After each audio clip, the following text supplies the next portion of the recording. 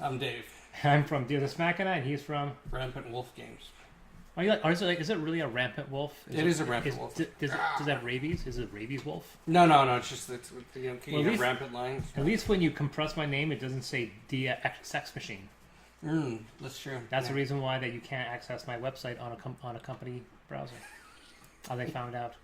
It's Deus Ex Machina as a play on Deus Ex Machina, but Yes. Deus Ex Machina has the word sex in the middle, so that's the reason why you can't access it from your work computer. Anyway, we're talking with our new backdrop on our new season here. We were talking about the top 5 house rules. This is a very strange one. These are rules that we employ for whenever we play privately with our group. Sometimes we may share these rules. These might be officially sanctioned rules, but they're rules that are not present in printed games. Yeah. Because there are tons of games that give you alternate rules. Correct. But either it's not in the main rule book, or they suggest you can, but really discourage it. My number one may be different from that one, but yes. Okay. So, yeah.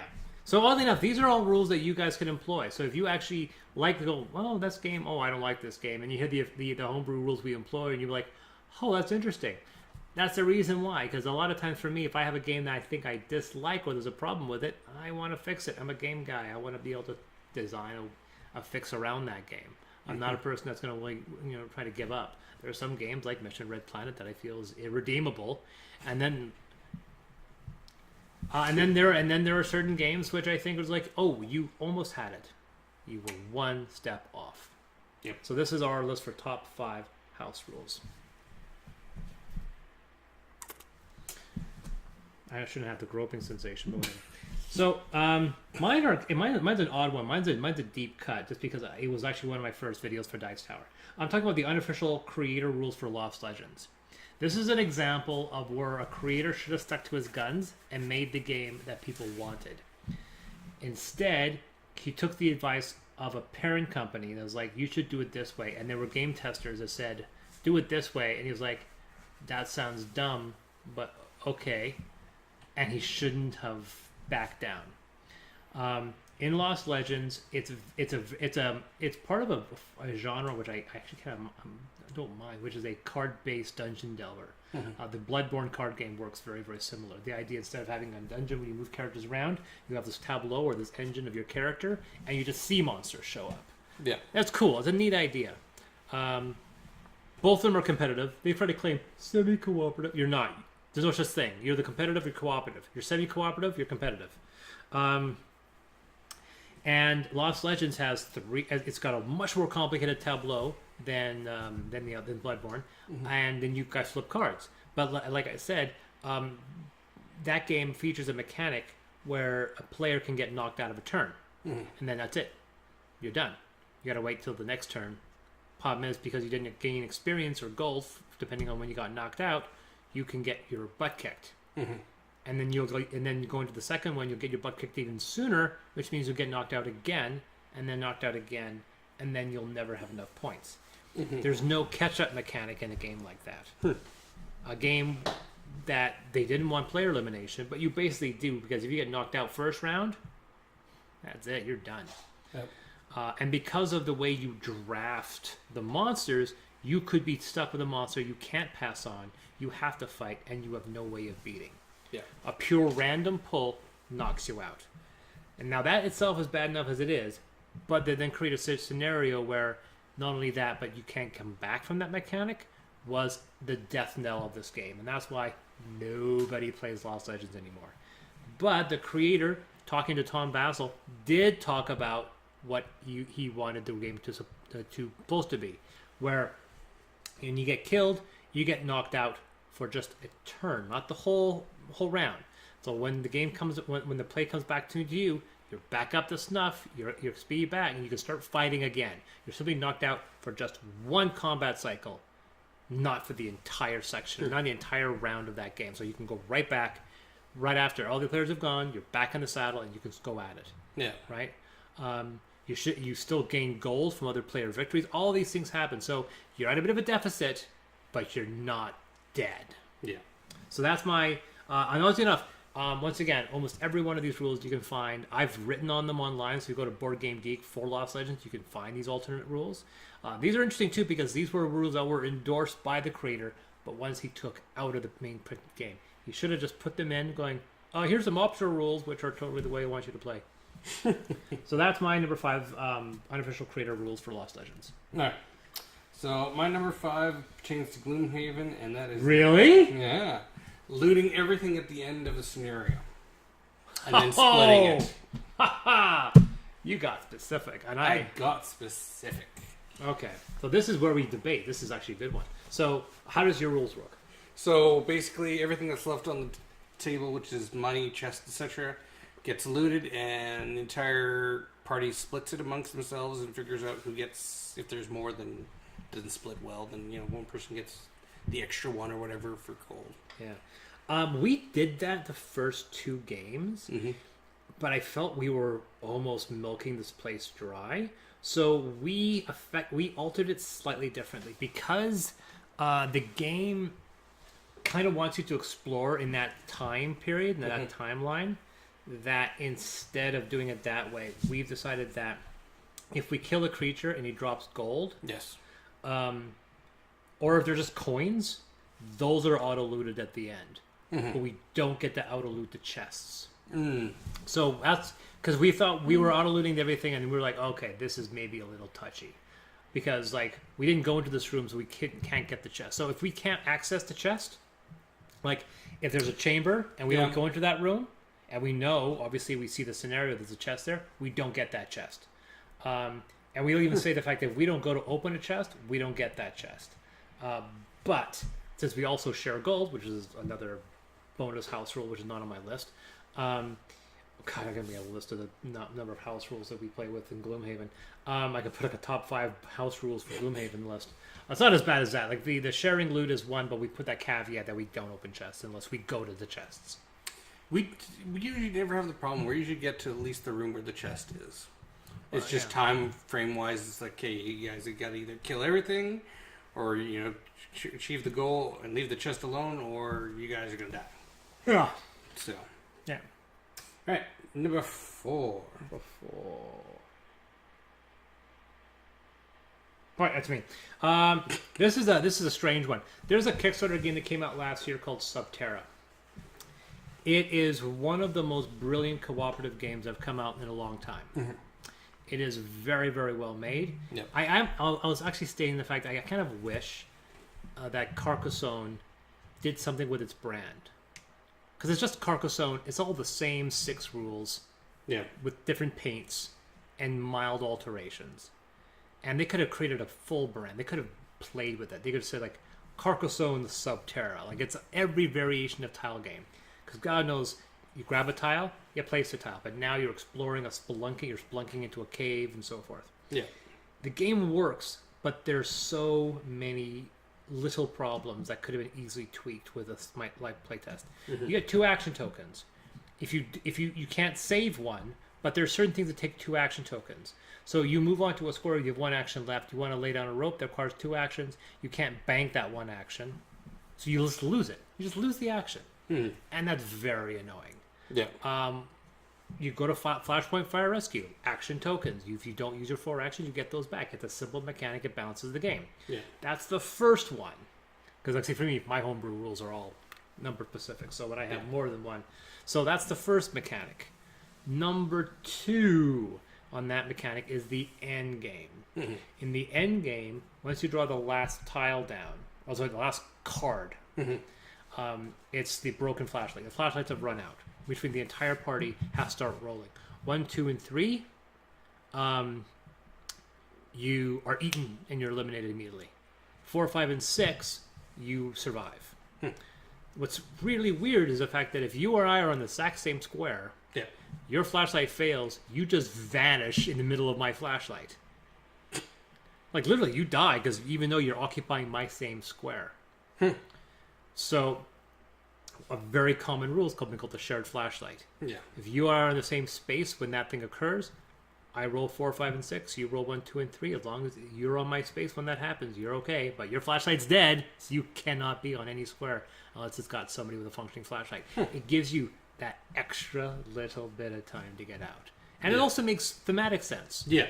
And the fact they just said, nope, dead, one guy survives. I was like, it makes more sense. And we had some amazing tense moments where one guy got to the exit, one guy is standing in the exit, his flashlight's functioning. One guy has a functioning flashlight, but he's buried 3 squares to the end. He got like avalanche on the second last turn. And the other guy who has a failed flashlight is digging him out. And then they have to wait and roll again. His flashlight's still working, his is still failed, and then in the last turn they both raced out of the exit to catch up with the remaining 2 people that escaped. It was astoundingly... That's one thing I love about that game. There's a narrative that just naturally, organically unfolds.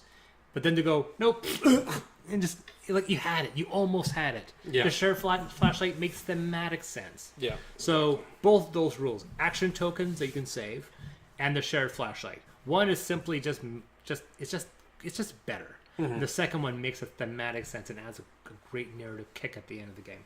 So that's that. Subterra, shared flashlight, and action token. Increasing past player counts in some games. And for me, What? Yeah, you know what? There's certain games where it's just like, oh, you know, for example, Gloomhaven, you can only play with 4 people. No, I've done it with 5. Descent, I've done it with 5 people as playing. You played 5 players in Gloomhaven? Yep, I've done it. You just end up including more elites. In Descent, you just throw in another monster group. I mean, it's not that hard to really go past the player counts. And I know tons of people say all the time, oh, that breaks the games. I'm like, not really. I mean, No, the game is yours to do as you... Yeah. So, If a game can be broken, break it. Yeah. So, that's my number 3. That was a quick one. It was. Mine... So specific in comparison. My number 3 deals with the game Castle Panic. Castle Panic is actually one of my favorite cooperative games. We played a lot. We just played Star Trek Panic for the first time. Thought it was a good game. Thought it was brutally difficult. A little thematically imbalanced, just because the... I guess that was actually my number 4. I guess I have to edit that. Oh, well, Yeah. yeah, because I did 4 Sorry. shared plays. So So yeah, my number 4. yeah. There you go. So you did. That was your number 4, though. That was my number 4. Okay, that's fine. That's fine. We're all adults here, and I have a little, just like finger pointing, and he made a mistake. Boop boop. So yeah, so my number 3 variant monsters for Castle Panic. Now, Castle Panic is a really good game. The base game is nice and simple. It's almost a gateway game of how simple it is, because you have cards, you trade cards, you play cards, hit monsters, and so forth. The monsters are relatively simple. Then they came out with expansion, then said, okay, some of those simple monsters we're going to take out.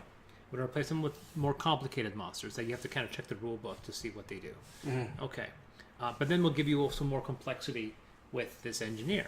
And then we have the Wizard Tower. Wizard Tower does something else. So it gives you Wizard Tower. You get more cards. Yeah. Here's some new monsters that takes out more of your simple monsters. Okay, fine, but it kind of starts dragging down gameplay when we're constantly having to look at what these guys do. Yeah. And what's amazing, though, is that every time they had an expansion, they took out basic monsters and replaced them with more complicated monsters. Castle Panic was already a pretty difficult game. We had about a 60 to 70% win rate. And every victory we had, it was a grind. It wasn't like, oh, man, this is such a cakewalk. This game is so friggin' easy. We got to crank up the difficulty. No, I felt it was like one time when we lost like half of our castle within the first 5 minutes, and we were just fighting tooth and nail just to make it out in the end. Star Trek one... Like, the entire saucer section was destroyed, save for one. One nacelle was gone, and we managed to clear the 5th mission. So it's just like, it's not a difficult game. But It is a difficult. It's a difficult game, but it's not impossible. Yes. It's not one of those things where we're losing 14 times. It has a, I think, acceptable level of challenge and risk compared to how easy it is.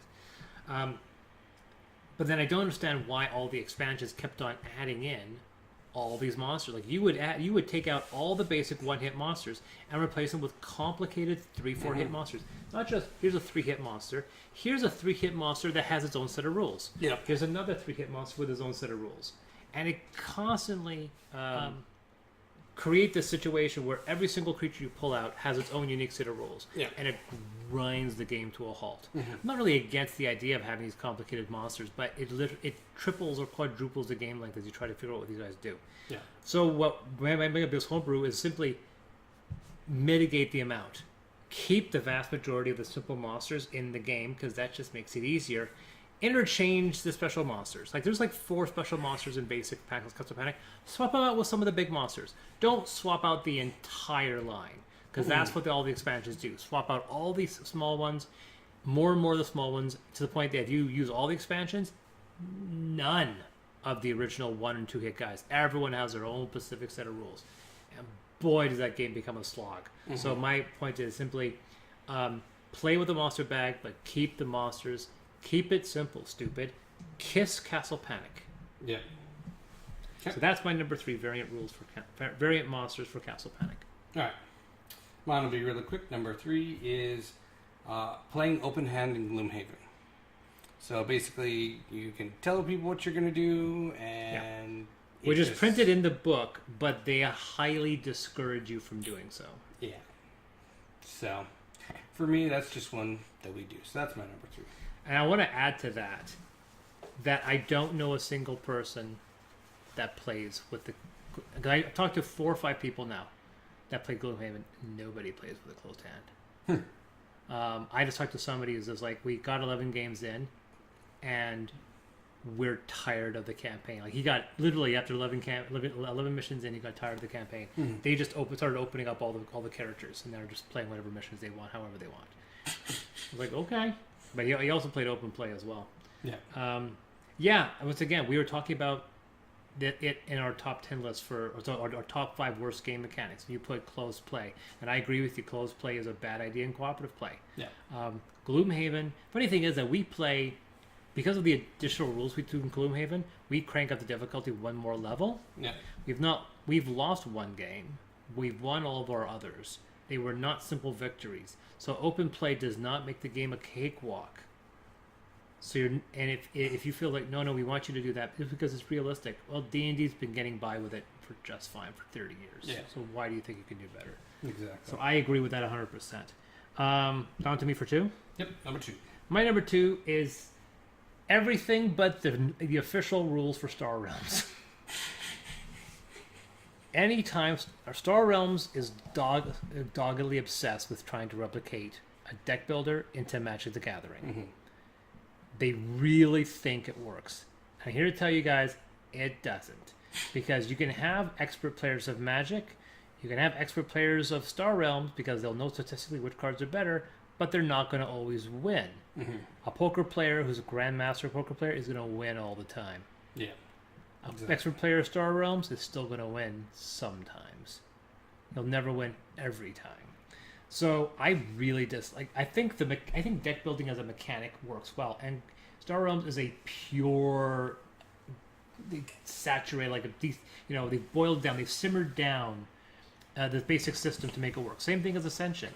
And you have factions that do things. This faction shreds cards. This faction draws a lot of cards. This faction allows you to give health. And you decide which faction to go heavy on. If you want to do two factions, you don't want to go all 4 because your card will be a mess, just like Magic. Yeah. But then the base game, it's too short. Cards don't get a chance to really magically gel. And by the time they gel, the game's over. Like, you don't get a chance to really explore the game. Their cooperative game, which is against an official variant, is awful. It is a very, very bad version. I have thought of a half a dozen different variations of this game, and not by just making it up as some kind of egotistical jerk that wants to create his own game and thinks he can do better. I mean, taking other deck builders that use the exact same rules, right? Like, why don't you grab the fact that the cards themselves have a point value from Ascension, include those. How about the cooperative rule from Paperback? Works really, really well. The cooperative Paperback works wonderful. I know. I tried it. Or a really good game, Vikings Raid and Conquer. Play that format. Everybody has done the Star Realms mechanic and made better games with it. Star Realms won't do it. So my variation is every variation rules of Star Realms except the official one. That's my number 2. All right. My number 2 is, I don't know if it's an actual house rule. I think it may be in the rule book, but it's more something I saw that they did at a con for it, and that is playing Mysterium. The person who plays as the ghost knocks on the table for yes or no. They don't say anything. They I don't like give thumbs that. Up. Yeah. So it's 2 knocks for yes or whatever, and 1 knock for no. So it's like no communication, There's which is absolutely weird no because we're talking about communication. open communication in cooperative gaming. Yeah. But that one's different because it's not a one against all, but there is a situation where one is separate from all. Yeah. I like Mysterium, but it's one step away from being brilliant.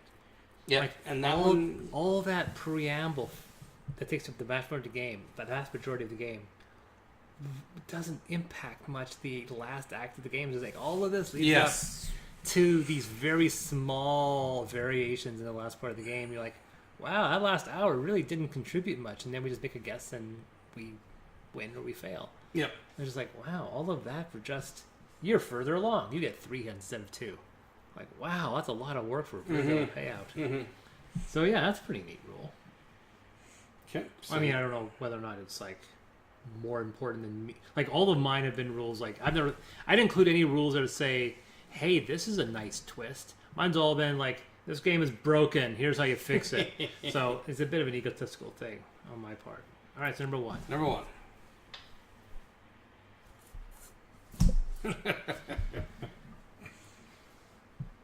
You know it's Gloomhaven. Yeah.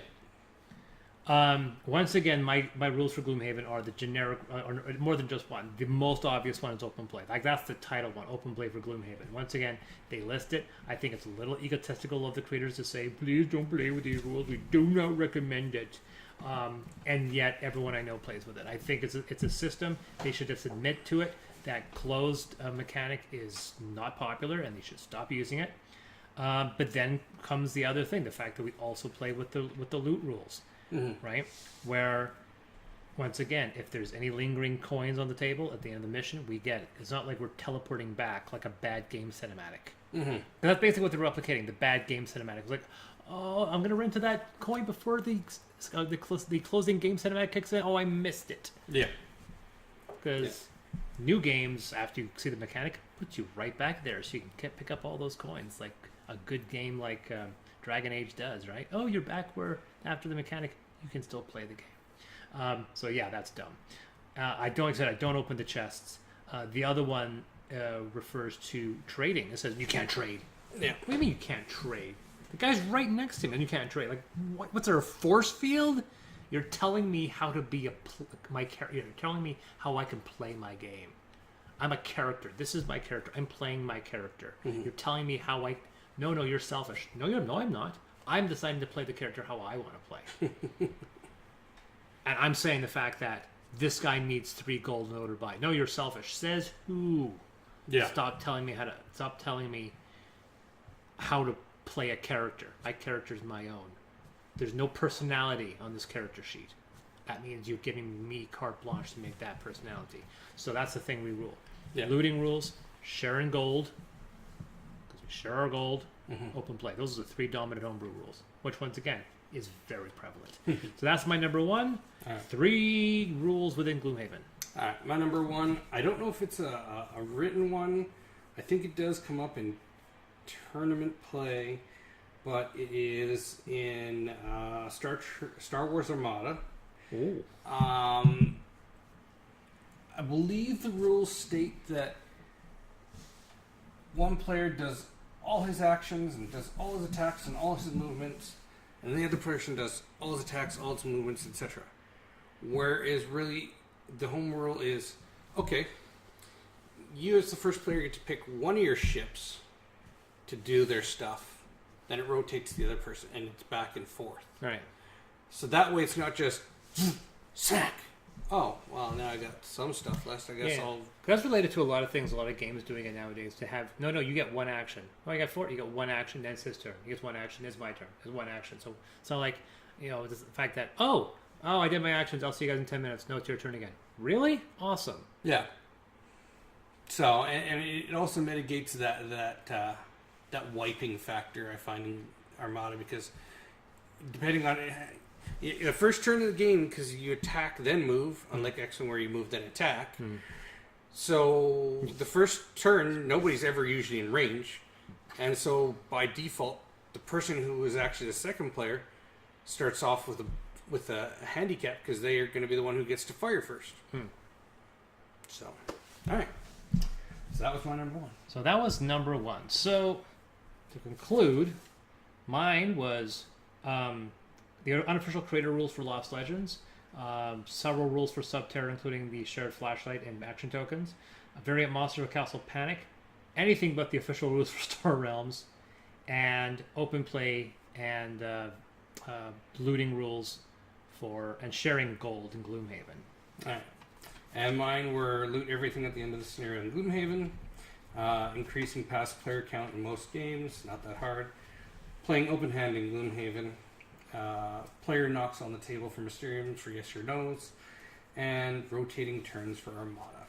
So I actually, despite that this is one of our shorter videos, I actually really like this one because it's actually constructive. Some people are just like they can agree or disagree, but these rules here are just giving you guys options. Yeah. We could get another list of another top 5 homebrew rules. We can just say top 5 homebrew rules or variations of play for Pacific games. Like we could talk about Gloomhaven to death, for example.